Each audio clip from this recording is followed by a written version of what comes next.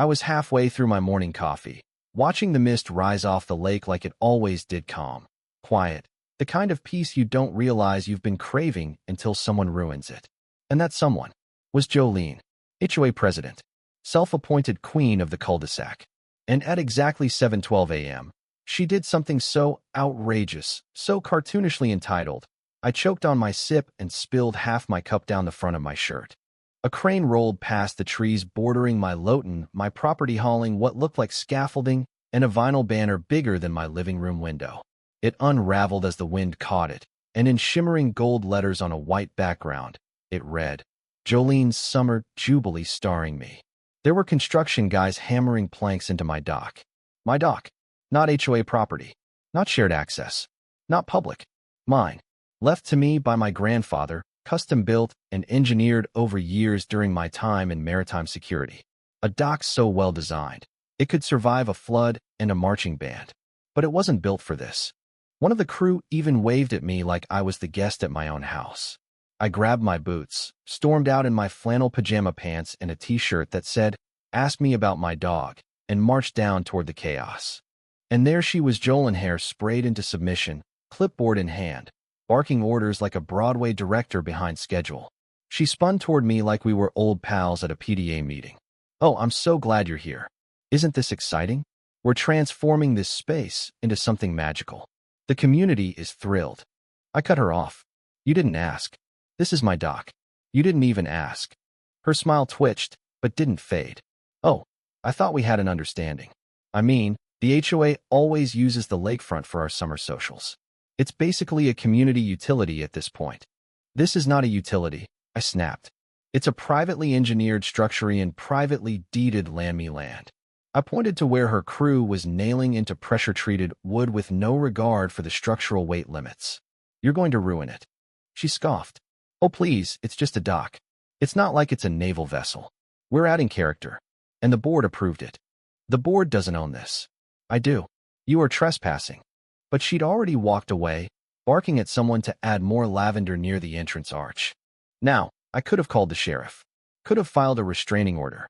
But here's the thing, Jolene had no idea what she was standing on. That dock. It wasn't just planks and nails. It was a collapsible platform. I'd built it with a fail-safe mechanism designed to release under pressure in 3 stages. Originally meant for crowd control during bad weather. Now, it had a whole new purpose. And so, I waited. Emails started going out that afternoon. Flyers were posted all over the neighborhood. Live music, raffle, food trucks, fireworks. A message from the heart by Jolene. And the listed location? Lakeside dock behind the event chair's residence. That's right. She claimed my house was hers. Day by day, more gear arrived. DJ lights, sound system, rows of folding chairs. And by Friday, the dock was overloaded. The support beams were whining like they knew what was coming. I watched it all from my workshop window, tablet in hand, system armed. Everything calibrated. Sensors monitored the stress levels. And I wasn't alone. Mr. Keller, a retired judge and the only HOA board member with any spine left, walked past my driveway that evening with his dog and said quietly, Looks like she's writing a check she can't cash. I smiled. And I'm the bank. Saturday arrived like a circus with a hangover. The cul-de-sac was jammed with cars. Kids chasing balloons. Generators buzzing. Jolene wore a white pantsuit with gold fringe on the shoulders, like she was leading a New Year's parade down the Mississippi.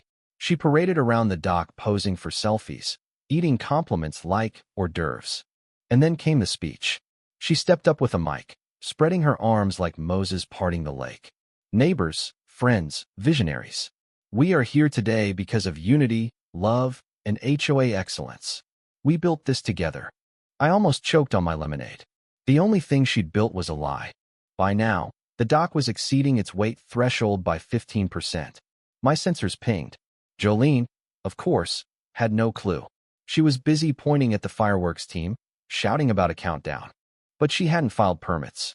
She hadn't passed inspections. And the fire marshal whom I'd quietly invited was standing behind the speaker tent, arms crossed, shaking his head. He approached. She brushed him off. We have a show to run. Unless you brought popcorn, she snapped into the mic. You can sit down like everyone else. Bad move. Now the whole crowd heard her disrespect the guy with legal authority. And then I tapped the first button. Just a few inches. A subtle drop in the center. The platform wobbled, chairs creaked, wine sloshed. Jolene tried to make a joke about the dock settling, but her voice cracked. Parents pulled kids back. Elders stepped off. One of the food truck vendors started packing up. A ripple of unease spread. And then, she shouted, "If I cancel now, I'll look like a fool." It echoed. People froze. Jolene was pacing, phone to her ear, barking at someone I hoped was a lawyer. But it didn't matter. Then came the sound, the second trigger. A sharp metallic snap. Non-destructive, but loud enough to mimic failure. The dock sagged another inch. The jazz band stopped. Cameras came out. Karen's volunteers froze like squirrels in headlights. Then came the final act. She screamed at the volunteers to launch the fireworks. The fire marshal moved forward. She physically blocked him, screamed something about working too hard for this to be ruined by red tape. And her mic was still on. The crowd heard everything. I tapped the third button. With a hiss, the center section folded. Slowly, controlled, but terrifying if you didn't know it was coming. The platform V-split and dropped into the water like a trapdoor from a Vegas magic act.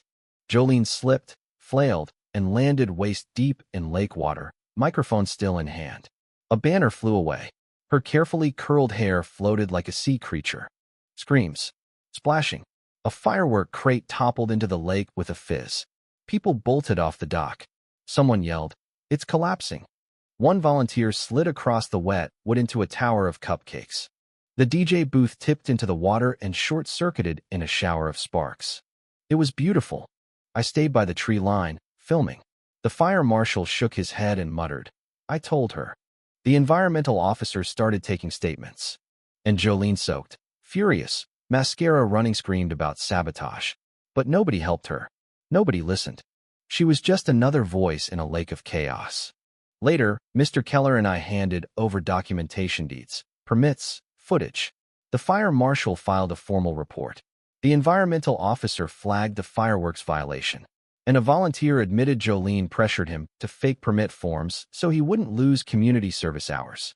3 days later, the HOA held an emergency meeting at Keller's house, not the clubhouse. Jolene showed up, but the doors were locked. A sign read, "Meeting relocated. Board vote, unanimous." She tried to spin it, blamed structural defects, claimed it was an accident. Then Keller asked me to speak. I laid it out, me background in naval systems, the dock's design, the safety triggers.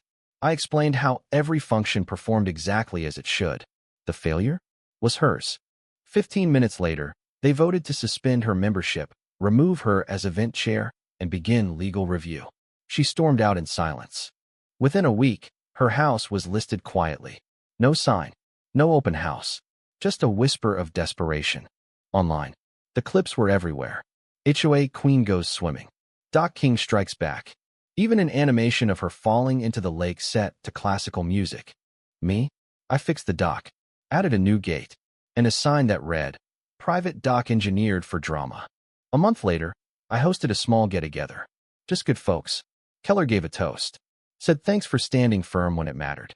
As the sun set and the lake shimmered, I sat with my tablet, smiled, and thought. Sometimes, justice doesn't need a courtroom, just to stage in a well-timed collapse. Let me know what you would have done. Would you have hit the button? Or let her speech play out?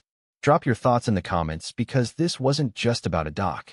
It was about boundaries, respect, and what happens when someone thinks they're untouchable, until the ground gives out beneath them.